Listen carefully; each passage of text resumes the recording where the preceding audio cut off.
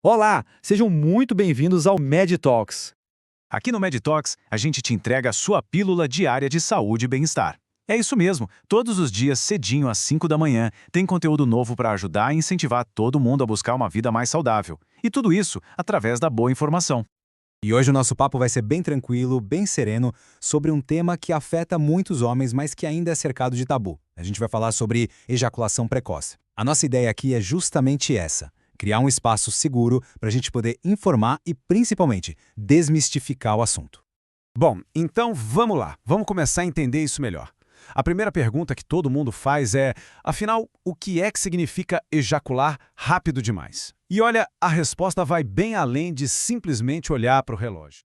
Isso nos leva direto para a nossa primeira parte, que é justamente sobre entender essa experiência. Porque o ponto-chave aqui não é o tempo, sabe? É uma questão de controle. Olha só, a definição médica foca exatamente nisso, na incapacidade persistente, recorrente, de controlar a ejaculação. Em outras palavras, ela acontece antes do que a pessoa gostaria, com pouquíssimo estímulo e, o mais importante, isso causa frustração, causa um impacto negativo na autoestima, no relacionamento.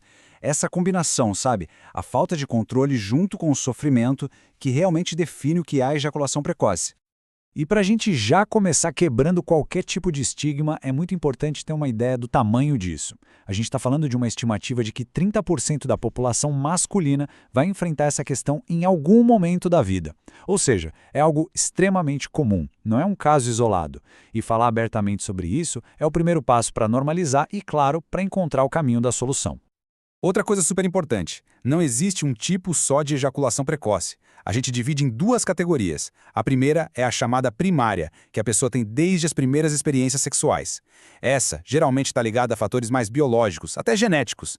E tem a secundária ou adquirida. Essa é diferente. Ela surge depois, sabe? A pessoa tinha uma vida sexual sem essa dificuldade e de repente o quadro aparece. E aí, na maioria das vezes, a causa está ligada a questões psicológicas ou alguma outra condição de saúde. Entender essa diferença é fundamental. Então vamos aprofundar um pouco mais nisso. Na nossa segunda parte, a gente vai explorar as raízes, as causas dessa experiência. E elas podem ser divididas em três grandes pilares: a mente, o corpo e o relacionamento. Vamos começar pelo pilar da mente, que, olha, na grande maioria das vezes é o principal. E aqui, a grande vilã tem nome: ansiedade. Principalmente a ansiedade de desempenho. Aquele medo de falhar, a pressão para satisfazer a parceria. Isso cria um ciclo vicioso terrível. A ansiedade leva à ejaculação rápida, que por sua vez gera mais ansiedade para a próxima vez. Além disso, estresse, depressão, baixa autoestima, tudo isso pode se manifestar no corpo dessa maneira. Depois a gente tem o pilar do corpo. Fatores físicos também contam, e muito. Às vezes pode ser uma hipersensibilidade na região. Outras vezes, desequilíbrios hormonais, como algum problema na tireoide. Inflamação na próstata, a prostatite, ou até mesmo outras condições como diabetes e hipertensão podem estar por trás ou piorar a situação. É por isso que uma avaliação médica completa é sempre indispensável. E por fim, mas não menos importante, o pilar do relacionamento. A dinâmica do casal tem um poder imenso aqui. Aquela pressão, mesmo que não dita por uma performance perfeita, o medo de não satisfazer e, principalmente, a falta de uma conversa aberta, sincera, tudo isso transforma um momento de intimidade num campo de batalha contra a ansiedade. E é aqui que tudo se conecta. Percebe? A ansiedade que vem da relação alimenta a ansiedade da mente, que afeta o corpo e o ciclo se fecha. Tem uma frase bem interessante que vem da psicanálise que diz mais ou menos assim: o nosso comportamento sexual é como um protótipo de como a gente reage à vida em geral. É uma ideia bem filosófica, né? Mas que nos convida a pensar: será que essa dificuldade em adiar o prazer, em ter mais controle na intimidade, não reflete outros padrões da nossa vida? Fica a reflexão. Ok, a gente entendeu as causas. E agora? Como seguir em frente? É disso que trata a nossa terceira parte: como retomar o controle. E essa é uma jornada, viu? Uma jornada que começa antes de mais nada com o autoconhecimento.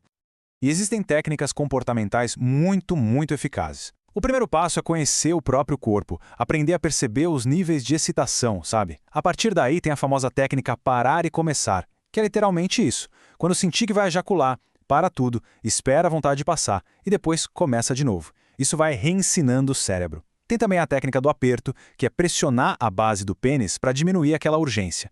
E os exercícios de Kegel, ótimos para fortalecer a musculatura que ajuda diretamente no controle. São ferramentas práticas e poderosas. Mas olha, talvez o ponto mais importante seja este. Não precisa passar por isso sozinho. De verdade, buscar ajuda profissional não é sinal de fraqueza, é um ato de coragem e de autocuidado. O urologista é fundamental para avaliar as causas físicas, e o psicólogo terapeuta sexual vai ajudar a lidar com as causas emocionais. A combinação dos dois, essa abordagem multiprofissional, é o que traz os resultados mais eficazes, porque cuida da pessoa como um todo. E agora a gente chega na nossa última parte, que é simplesmente fundamental. Vamos falar sobre o papel da parceria como apoio, porque essa jornada, quando é construída a dois, fica muito, mas muito mais leve. E a pergunta que fica é: como que a pessoa que está ao lado, o parceiro ou a parceira, pode ajudar? E a resposta é: de forma transformadora. O apoio aqui faz toda a diferença. Existem alguns pilares que sustentam esse apoio. O primeiro, sem dúvida, é a comunicação. Criar um espaço seguro para conversar sem julgamento, com empatia. O segundo é a educação. Aprender sobre o assunto juntos. O terceiro é o incentivo, apoiar a busca por ajuda profissional. E por último, explorar a intimidade de outras formas. A relação sexual é muito mais do que penetração. Descobrir novos prazeres juntos tira a pressão da performance e fortalece a conexão.